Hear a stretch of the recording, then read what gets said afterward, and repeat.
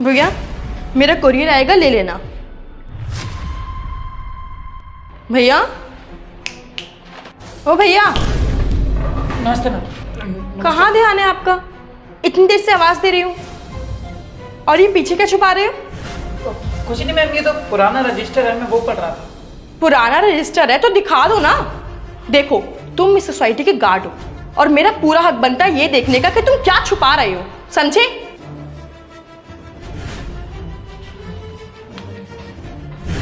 ये तो यूपीएससी की किताब है, ये तुम्हारे पास क्या कर रही है? मैम मैं यूपीएससी की तैयारी कर रहा हूँ ना, अगले महीने एग्जाम है तो उसी के लिए मैं पढ़ रहा था।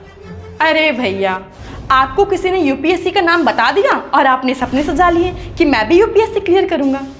भैया, इस दुनिया में लाखों करोड़ों लोग हैं जो इसकी तैयारी करते हैं। अरे इतने बड़े बड़े, इतने महंगे महंगे इंस्टीट्यूट में जाते हैं पढ़ने, दिन रात पढ़ाई करते हैं वो लोग और तब भी क्लियर नहीं कर पाते। और आप हो कि यहाँ ड्यूटी के साथ क्लियर कर लोगे? ये भैया बच्चों का खेल नहीं है और ऐसे काम के साथ तो बिल्कुल नहीं कर पाओगे आप, तो इसे भूल जाओ। एक बात बताओ, तुमको यहाँ पढ़ने का टाइम कब मिलता है? अरे मैम आप पढ़ाई की टेंशन मत लीजिए, मैं यहाँ पे आता हूँ और मुझे टाइम मिलता है तो मैं पढ़ लेता हूँ। और बाकी रात तो आई अपनी पूरी पढ़ने के लिए, मैं पूरी रात पढ़ता हूँ ताकि मैं एग्ज़ाम क्लियर कर सकूँ। अरे भैया, मैंने अभी आपको बताया ना, लोग इतने बड़े बड़े महंगे महंगे इंस्टीट्यूट में जाते हैं, पूरी रात पढ़ते हैं, पूरा दिन पढ़ते हैं, लेकिन फिर भी क्लियर नहीं कर पाते। और आप क्या सोच रहे हो कि आप रातों में पढ़ के क्लियर कर लोगे? भैया ये सब छोड़ दो, सपने सजाना बहुत बुरी बात है और जिस दिन सपना टूटेगा ना, दिल बहुत टूटेगा। नहीं मैम जी, ऐसी कोई बात नहीं है, मैं अपना काम बहुत ईमानदारी से करता हूँ। और जो मेरे बाबूजी हैं वो अब इस दुनिया में नहीं रहे, उनका सपना था कि मैं बड़ा होकर एक बहुत बड़ा ऑफिसर बनूँ, इसलिए मैं खूब पढ़ रहा हूँ ताकि मैं यूपीएससी का एग्ज़ाम भी क्लियर करूँ और बहुत बड़ा ऑफिसर भी बनूँ। और देखना मैम साहब, मैं यूपीएससी का एग्ज़ाम भी क्लियर करूँगा और बहुत बड़ा ऑफिसर भी बनूँगा। देखो भैया, मैं तो बस एक बात बोलूंगी, बुरा मत मानना। अरे जब तक आपके बाबूजी थे तब तक सपने थे, और जब बाबूजी नहीं रहे तो सपनों का क्या अचार डालोगे? अभी आप गार्ड की नौकरी कर रहे हो ना, तो ज्यादा अच्छा होगा कि अपनी गार्ड की नौकरी पर ही ध्यान दो। आज तो मैंने देखा है, कल अगर वो सेक्रेटरी देखेगा तो तुम्हें पता है ना वो कितने गुस्से वाला है। तुम्हें यूं पढ़ते हुए देखेगा तो 2 मिनट में जॉब से निकाल देगा तुम्हें। फिर करते रहना यूपीएससी की तैयारी, इस नौकरी से भी तुम हाथ धो बैठोगे। ठीक है मैम साहब, हमें माफ़ कीजिए, मैं आज के बाद यहाँ पे नहीं पढ़ूंगा। लेकिन कहते हैं ना मैम साहब, मेहनत करने वाले की कभी हार नहीं होती। आप देखना, मैं एक ना एक दिन आईपीएस जरूर बन के दिखाऊंगा। और हाँ मैम साहब, बनने के बाद मैं सबसे पहले आपके घर जाऊँगा एक मिठाई का डब्बा लेकर और आपका मुँह मीठा कराऊंगा। देखो भैया, मेरा काम आपको समझाने का था ताकि आपका दिल ना टूटे, और बाकी आपकी मर्जी। मेरा आधे घंटे में पार्सल आएगा, आप ले लेना।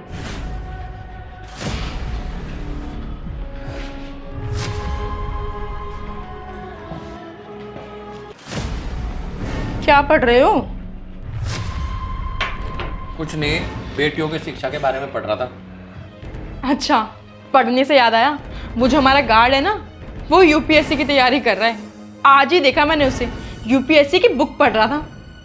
अरे तो अच्छी बात है। अच्छी बात है? अरे गार्ड है वो यहाँ का, अपने काम पर ध्यान देना, फालतू के सपने सजा रहे हैं। देखो मैंने तो उसको समझा दिया अच्छे से, अब समझे तो समझे, ना समझे तो भाड़ में जाए, मुझे क्या। वैसे चिराग, एक बात कंफर्म है, ये कुछ नहीं बनने का। अरे ये आज गार्ड की नौकरी कर रहा है, कल कहीं भीख मांगेगा, परसों कहीं रिक्शा चलाएगा। अरे कहीं शादी ब्याह की बात हो रही होगी तो ड्रामा कर रहा होगा कि मैं कुछ बनकर दिखाऊंगा।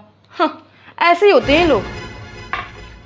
भविष्य का किसी का कुछ नहीं पता, हो सकता है उसकी मेहनत सफल हो जाए, कामयाब हो जाए।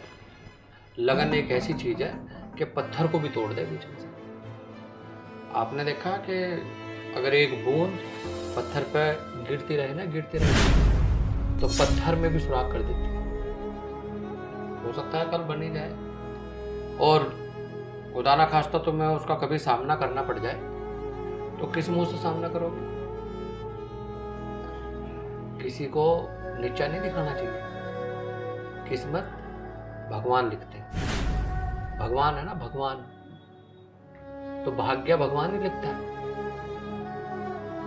और गार्ड का तो मुझे पता नहीं, मेरे खुद अपने गांव की बात है। एक हमारे यहाँ परिवार था, कोल्लू झोंकता था, कोल्लू गन्ने का होता है ना कोल्लू, उसमें झोंकता था वो, उसमें ईंधन वगैरह जो था वो डालते थे। और आज उसका एक बेटा पटना से MBBS की उसने, उसका एक भाई दरोगा है। लेकिन तुम्हें समझाने का क्या फायदा, तुम तो हमेशा गुस्सा नाक पे रखती हो और लोगों को जीने ही नहीं देती। आपसे तो बात करना ही बेकार है। वैसे भी मैं बहुत थक गई हूँ, जा रही हूँ सोने।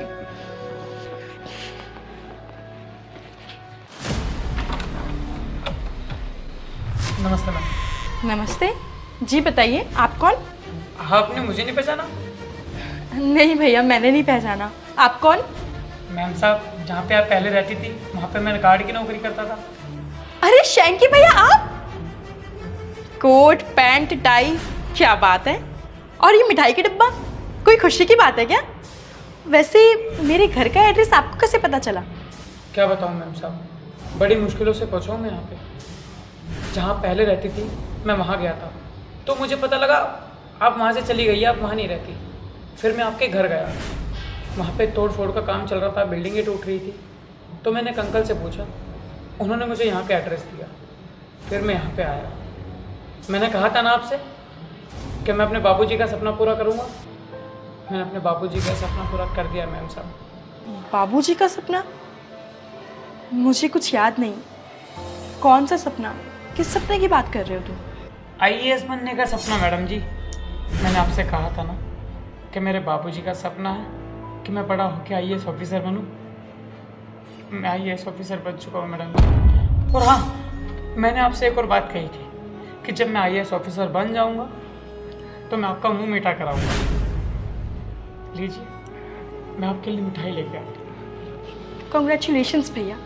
मुझे तो बिलीव नहीं हो रहा कि आपने काम के साथ साथ बस रातों में पढ़कर अपना UPSC एग्ज़ाम क्रैक कर लिया और आप IAS ऑफिसर बन गए। आइए ना, अंदर आइए। मेरे घर में आज IAS ऑफिसर आए हैं। नहीं मैम साहब, फिर कभी आऊँगा। मैंने आपसे कहा था ना कि जब मैं IAS ऑफिसर बन जाऊँगा तो सबसे पहले आपके घर आऊँगा।